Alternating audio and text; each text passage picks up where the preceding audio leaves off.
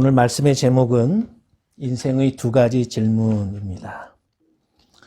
여러분, 인간이 모든 동물들과 차이점이 무엇이라고 생각하십니까? 그것은 인간만이 질문을 하고 또 그 질문에 적절한 대답을 찾는 존재라는 것입니다. 학교에 가면 이제 배운 것들을 꼭 시험을 봅니다. 그리고 시험지에는 항상 1번부터 마지막 문제까지 질문을 합니다.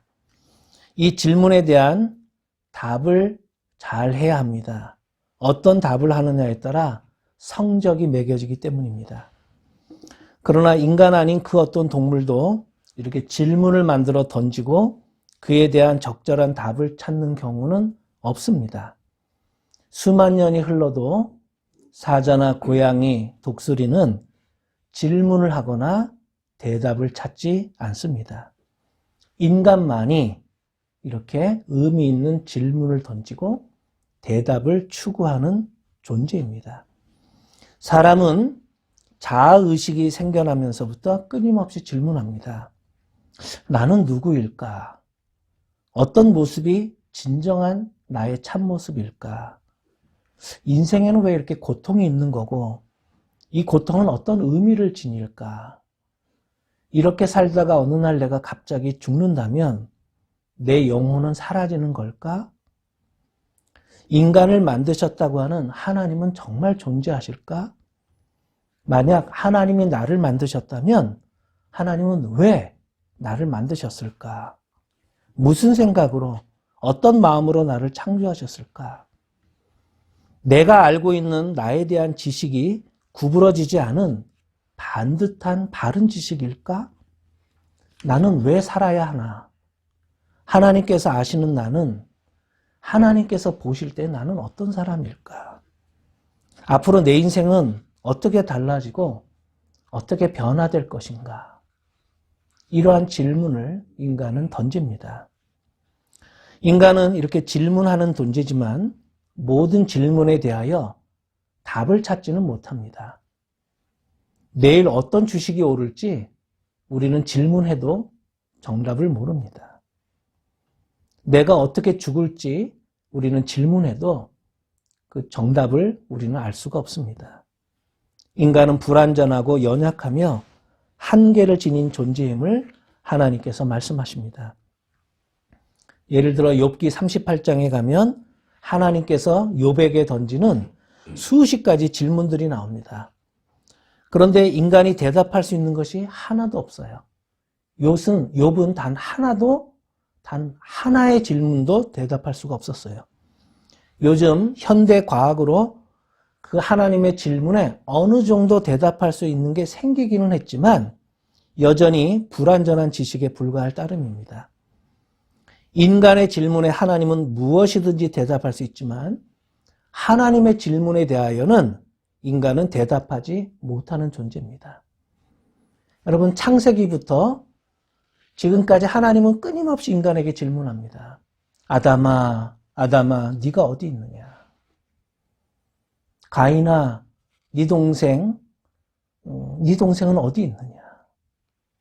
하나님은 우리에게 끊임없이 질문하지만 우리 인간은 하나님의 질문에 바른 대답을 하지 못하는 존재입니다. 하나님이 욥에게 던지신 질문 가운데 이런 것이 있습니다. 가슴 속의 지혜는 누가 준 것이냐? 마음 속의 총명은 누가 준 것이냐? 근데 욥이 대답할 수 있는 게 하나도 없었어요. 그래서 욥이 이렇게 대답합니다. 욥이 여호와께 대답하여 가로되 나는 미쳐나오니 무엇이라 주께 대답하리이까? 손으로 내 입을 가릴 뿐이로소이다. 오늘 본문은 바울의 간증입니다. 이 바울의 간증에는 그의 인생을 바꾸게 해준 터닝 포인트가 됐던 중요한 두 가지 질문이 나옵니다. 하나님은 오늘 이 바울이 예수님께 던졌던 이 두 가지 질문을 통해서 우리 각자에게도 물으십니다. 이 질문에 대한 우리 각자의 대답이 나의 사람됨이고 내 신앙의 현주소가 됩니다. 이 대답에 따라 내가 구원받은 사람인지 구원받지 못한 사람인지도 알 수 있습니다.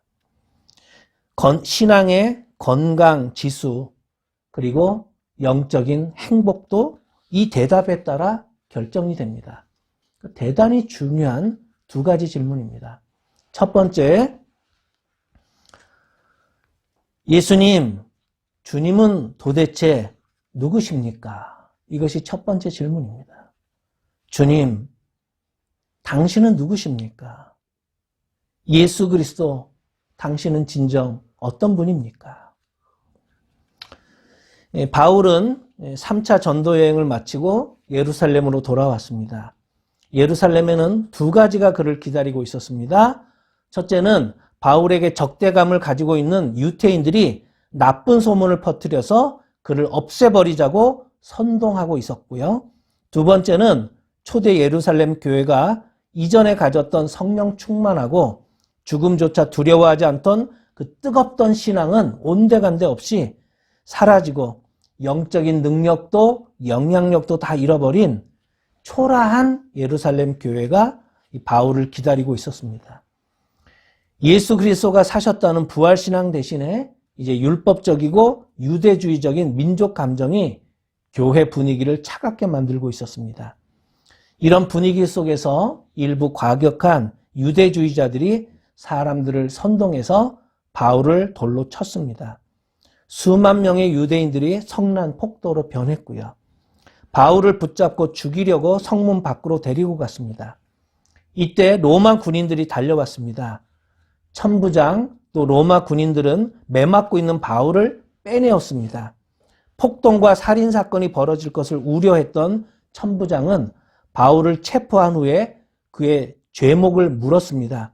그런데 그 죄목이 로마를 반역했다든가 밀란을 일으킨 것이 아니었습니다. 그저 바울이 반유대적이요 반율법적이라는 것과 성전을 더럽혔다는 것이었습니다. 하지만 우리가 아는 대로 바울은 자기 동족 유대인을 배반한 적이 없습니다. 성전을 더럽히지도 않았습니다. 유대인들이 바울을 죽이고자 하는 이유는 시기심 때문이었습니다. 복음을 듣고 개종하는 유태인들과 수많은 이방인들을 보면서 자신들의 입지가 좁아지는 것을 두려워했기 때문입니다. 그 사람이 어떤 사람인가를 알려면 보여주시겠어요? 그 사람이 어떤 사람인가를 알려면 그의 관심이 무엇에 쏠려 있는지를 보면 알 수 있습니다. 내가 무엇을 생각하며 지내는가를 되돌아보면 나의 사람됨을 알 수 있습니다.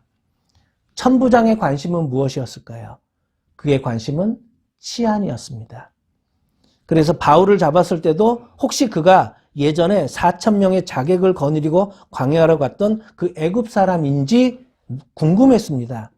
왜냐하면 아직 그가 체포되지 않았기 때문입니다. 지금 사도 바울에게는 돌에 맞아 죽을 위기에서 살아남는 방법에 관심이 쏠릴만 합니다. 그런데 바울은 이런 공포 분위기 속에서도 천부장에게 잠깐만 나에게 말할 기회를 좀 주십시오 라고 요청했습니다. 그리고 나서 발언 기회를 얻자 성난 군중들을 향해 자기를 소개하면서 바울은 전도의 기회로 삼았습니다. 내가 어떻게 예수 그리스도를 만나게 되었는지 간증을 합니다. 그러니까 사도 바울의 관심은 매를 맞아서 죽든 살든 체포되어 감옥에 갇히든 말든 내 안에 살아계신 예수님께 관심이 쏠려 있습니다. 지금 내가 이렇게 모인 군중들에게 복음을 전할 수 있는 좋은 기회라고 여깁니다. 지금 IT 국민들은 온통 관심이 치안에 쏠려 있습니다.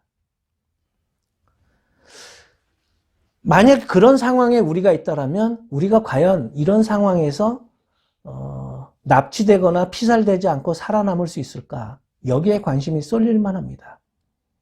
그런데 바울은 이런 살벌한 분위기에 있어서도 사람들에게 어떻게 하면 예수 믿게 할까? 어떻게 하면 전도할까?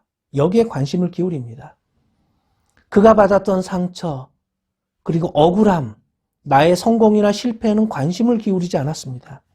얻어맞더라도 이 자리에서 순교한다 하더라도 부활하신 나의 주님을 내가 사람들에게 전할 수 있기만을 간절히 소원했습니다. 이방인들에게 다니며 죽음을 무릅쓰고 복음을 전했지만 그의 가슴속 깊은 곳에는 내 동족 유대인들이 예수님 믿고 구원받게 되는 것을 너무나도 사무치게 그가 바라고 원했습니다. 그가 간증하면서 자신의 출생, 학문, 배경에 대해서 간단하게 언급합니다. 그리고 이어서 중요한 얘기를 합니다. 지금 자신의 이야기를 듣고 있는 군중들처럼 바울 자신도 예수 믿는 사람들을 핍박했었고 죽이려고 했었다고 말합니다. 나도 당신들처럼 옛날에 다 했었습니다. 내가 이 돌을 핍박하여 사람을 죽이기까지 하고 남녀를 결박하여 옥에 넘겼으니 이에 대제사장들과 모든 장로들이 내 증인이라. 또 내가 저희에게서 다메섹 형제들에게 가는 공문을 받아가지고 거기 있는 자들도 결박하여 예루살렘으로 끌어다가 형벌받게 하려고 갔었다. 바울은 성난 군중들 앞에서 자기 생명을 보존코자 벌벌 떨면서 이런 말을 했을까요? 변명을 하며 이 위기에서 모면하려고 타협했을까요? 아닙니다. 바울은 자기에게 돌을 던진 사람들을 오히려 불쌍히 여겼습니다. 저들 가운데는 모르고 행하는 사람들이 많기 때문이다. 바울 자신도 예수님을 믿기 전에는 자신의 종교적 신념을 위해서 목숨을 걸었던 사람입니다. 이제 바울은 자신의 간증에서 예수 그리스도를 만났던 그 순간을 고백합니다. 내가 가는데 다메섹에 가까웠을 때 오정쯤 되어 즉 정오, 대낮, 호련히 하늘로서 큰 빛이 나를 둘러비침에 내가 땅에 엎드러져 들으니 소리가 있어 사울아 사울아 네가 왜 나를 핍박하느냐 하시거늘 내가 대답하되 주여 누구십니까? 주님 누구십니까? 나는 네가 핍박하는 나사렛 예수다. 주님 당신은 누구십니까? 이 질문은 우리가 주님께 던지는 질문이기도 하지만 하나님께서 우리에게 묻는 질문이기도 합니다. 너는 예수 그리스도를 누구로 알고 있느냐? 너는 예수 그리스도를 어떤 사람으로 믿고 있느냐? 인류가 던지는 가장 의미 있는 질문이 바로 이것입니다. 예수 그리스도, 당신은 누구십니까? 나에게 어떤 의미입니까?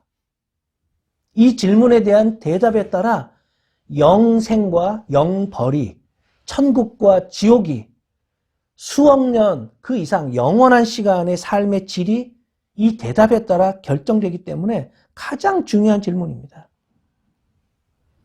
예수님이 2000년 전 십자가에서 돌아가신 분이라면 그게 다라면 이 질문은 중요하지도 심각하지도 않습니다. 그러나 그 예수님이 지금 살아계셔서 지금도 역사하고 계시라는 활동하는 분이라면 이야기는 완전히 달라집니다. 주님은 누구십니까? 정말 나를 만드신 분입니까? 그리고 나를 죽도록 사랑하셔서 십자가에서 내 죄를 속죄하시기 위해서 돌아가신 게 맞습니까? 주님은 지금도 살아계신 하나님이 맞습니까?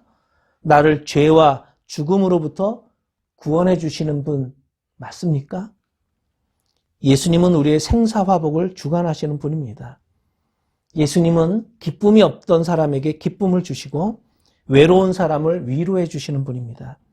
힘없는 자에게 힘이 되어 주시고 지혜가 부족한 사람에게 지혜를 주시는 분입니다. 성령 없이 살던 사람에게 성령을 주시는 분입니다.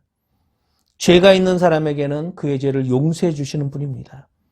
버림받은 사람을 하나님의 자녀가 되도록 해주시는 분입니다. 주님을 떠나서는 우리에게 완전한 행복이란 없습니다. 내 인생에서 예수님을 빼면 남는 게 있을까요? 허무요, 죽음뿐입니다. 심판입니다. 그러나 주님은 내 안에 살아계십니다. 세상은 지금 빠르게 변하고 있습니다. 이 변화의 속도가 점점 더 빨라질 것입니다. 엘빈 토플러가 썼던 미래의 충격이라고 하는 책이 있습니다. 이 책에 보면 앞으로 인간의 부속품을 파는 산업이 발전할 것이다 이렇게 전망합니다. 플라스틱이나 강철로 만든 심장, 그런 것들로 만든 위, 눈 등을 파는 공장이 생겨난다고 엘빈 토플러는 예견했습니다. 그리고 인간을 만들어내는 공장도 나올 것이라고 말했습니다. 결혼이라는 개념이 완전히 바뀔 것이다. 그리고 인간의 감정을 합성하는 약이 개발되면 아침부터 저녁까지 싱글벙글 웃게 만드는 약이 나올 것이다. 하루 종일 으르렁대며 싸우는 약도 나올 것이다. 정자와 난자를 결합시켜 수정란을 만든 다음에 아기를 원하는 부부가 와서 고르게 될지 모른다. 가치관도 바뀌고 생각하는 방식도 바뀔 것이다. 그러나 아무리 세월이 흘러도 바뀌지 않는 것이 있습니다. 그것은 하나님과 나와의 관계입니다. 하나님은 우리를 사랑하십니다. 그리고 하나님의 그 사랑은 변하지 않습니다. 우리는 예수님이 필요합니다. 하나님의 사랑이 필요하고 우리는 구원이 필요한 존재입니다. 우리는 하나님으로부터 죄사함과 용서가 필요합니다. 예수님이 아니고서는 우리를 완전하게 이해해 주시고 무조건적인 사랑을 해 주실 분은 없습니다. 나를 하나님의 자녀로 거듭나게 해주시고 날마다 새롭게 해주시며 영원한 행복을 누리게 해주시는 분은 유일하게 예수님 뿐입니다. 예수님, 주님은 누구십니까? 우리가 이것에 대한 질문을 하고 각자 대답을 해야 합니다. 두 번째 질문입니다. 주님, 제가 무엇을 해야 합니까? 바울은 두 번째 질문합니다. 주님, 제가 무엇을 해야 합니까? 자, 예수님은 바울을 부르셨어요. 주님이 나를 부르실 때에는 아무 대책 없이, 아무 생각 없이 부르지 않았습니다. 아무 능력도 주지 않으면서 하지 못할 일을 시키시는 법은 없습니다. 하나님은 아브라함을 선택하셨고 아브라함을 부르셨습니다. 아브라함에게 신체 건강을 뛰어넘는 건강까지 주셨어요. 나이 60에 애를 낳아도 세상이 웃는데 하물며 나이 100세에 아이를 낳았어요. 이것이 하나님의 능력입니다. 모세를 부르셨던 하나님은 모세에게 돕는 사람들을 붙여주셨습니다. 말 잘하는 사람도 붙여주시고 재판 잘하는 사람들도, 전쟁에서 싸움 잘하는 장군들도 주셨습니다. 옆에서 늘 위로가 되어줄 아내도 주셨고요. 기도의 동역자들도 붙여주셨습니다. 그가 지닌 지팡이에 하나님이 힘을 실어주시자 바다가 갈라졌고 바위에서 물이 터져 나오는 이런 기적이 일어났습니다. 하나님이 나를 부르셨다는 사실을 개인적으로 체험한 사람에게 소명의식을 가졌다.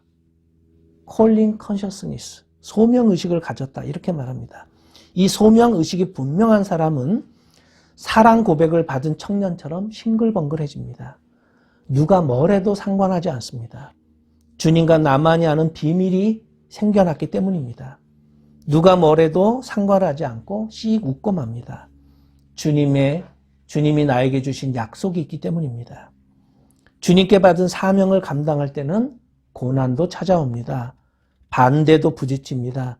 예상하지 못했던 역경도 만납니다. 그러나 결국 이겨낼 수 있는 까닭은 하나님이 불러주셨기 때문입니다. 하나님이 맡기셨기 때문입니다. 하나님이 부르신 종들은 하나님께서 책임져 주십니다. 가난은 불편한 것이지 부끄러운 것은 아닙니다. 사람들로부터의 오해, 그거는 마음이 아픈 것은 사실이지만 우리가 사람들로부터 박수갈채를 받자고 하나님께 순종했던 건 아닙니다. 연약함, 이건 우리가 하나님께 늘 죄송하고 송구스러운 마음이 들게 만들지만 하나님은 나의 연약함을 도리어 기쁘게 여기십니다. 내가 연약하니까 하나님께 기도할 수밖에 없기 때문입니다. 연약함을 아는 사람은 교만해지지 않습니다. 지금 바울은 어디로 가고 있습니까? 다마스쿠스로 가고 있는 중입니다. 자, 예수님을 만났어요. 예수님이 그 목적지를 바꾸셨나요? 아니요. 예수님은 목적지를 바꾼 게 아닙니다. 다메섹에 가는 목적이 달라졌을 뿐입니다. 예수님 만나기 전에는 예수 믿는 사람들 잡아서 감옥에 넣기 위한 목적이었습니다. 그러나 살아계신 예수님, 나의 구원자이신 예수님을 만나고 나서 사도 바울은 이제 다마스쿠스로 가는 목적이 변했습니다. 다메섹에서 만나는 모든 사람들에게 예수님은 부활하신 게 사실이고 지금 살아계시다고 하는 사실을 증거하고 싶어졌습니다. 사명이 생겨난 것입니다. 거룩한 미션. 밤에도 이 거룩한 사명을 생각하느라 그는 잠이 오지 않았습니다. 평범하던 사람이 이렇게 비범해지는 순간은 바로 자신의 사명을 자각하는 순간입니다.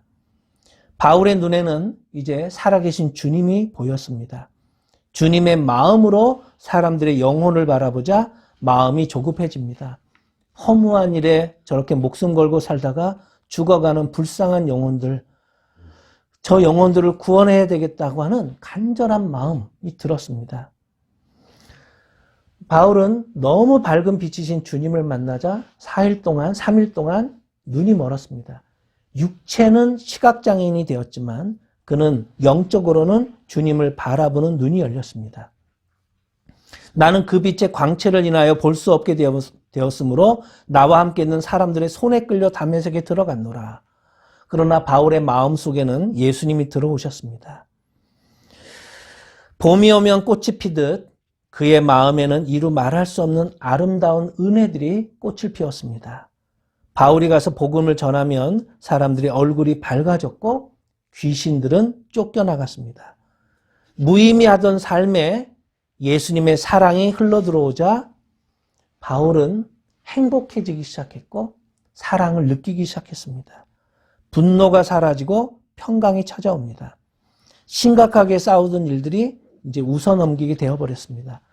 권태로웠던 시간들이 노래하는 시간으로 바뀌었습니다. 하나님을 모시고 살아가는 순간순간이 행복하고 감사하다고 느껴졌습니다. 사랑을 하는 시간처럼 행복한 것입니다. 주님과 나의 밀월의 시간, 허니문 타이밍이 온 것입니다. 의미 있는 시간들이 되었습니다. 찬양하고 웃는 시간으로 바뀌었습니다. 술 마시던 시간이 기도하는 시간이 되었고요. 앉은 뱅이가 일어나고 죽은 자가 살아나고 하나님의 영원한 사랑을 믿고 체험하는 사람은 하나님의 혼인잔치에 온 것 같은 기분이 들었습니다. 이제 몇 개월 못 살고 죽겠구나. 그 고통의 순간만 기다리던 사형수에게 사면이 허락되고 영원한 자유가 주어진 것과 같습니다. 이제 바울의 남은 여생은 주님과의 사랑의 시간이었습니다. 마음의 평안을 주는 시간이 되었습니다. 복음을 전하는 세월이었습니다.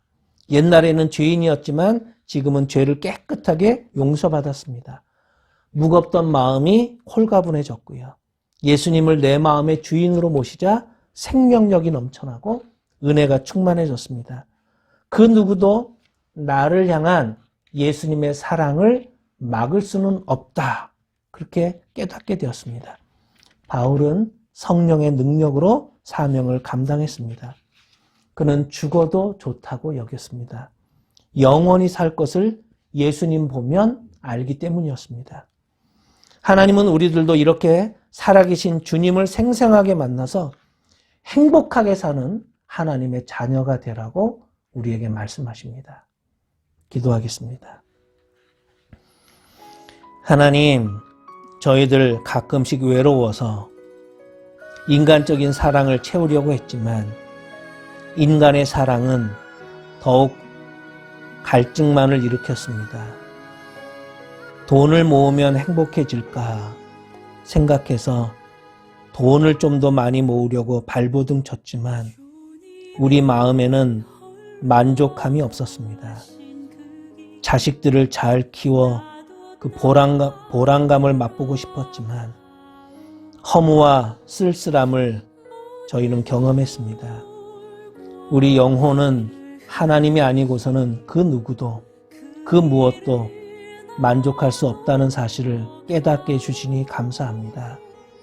내 힘으로 바꿀 수 없는 우리 인생을 하나님 손에 맡기오니 주여 저희를 주님이 원하시는 사람으로 만들어 주시옵소서. 내 욕심을 만족시키려는 삶이 아니라 하나님이 주신 사명을 깨닫고 그 사명감으로 살게 하여 주옵소서. 살아계신 주님을 모시고 날마다 감사하며 소망 중에 즐거워하며 살게 하여 주세요. 예수님의 이름으로 기도합니다. 아멘.